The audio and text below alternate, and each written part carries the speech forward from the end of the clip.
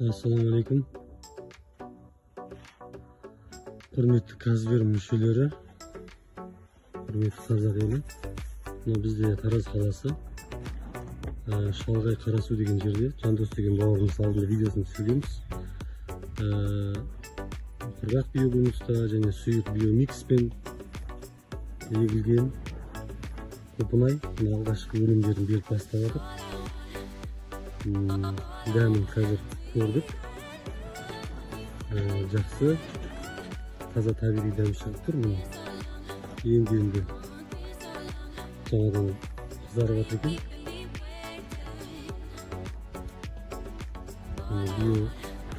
Биогумустың жақсы мақтап жатыр, жақсы нәрсе айтып жатыр. Жақыннан түсірейін.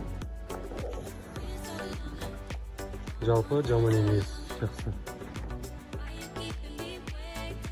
Бұл кісі сол пилоттық жоба бойынша эксперимент ретінде 1 квадрат, 1 куб құрғақ биогумуспен бастаған. Жергілікті өз жердің топырағымен араластырып екті. Онда пакетный варианттармен пакетке салып. Одан кейін биомикс әкеп бердік. Онымен де жапырақтарын шашты. Жалпы нәтиже жаман емес.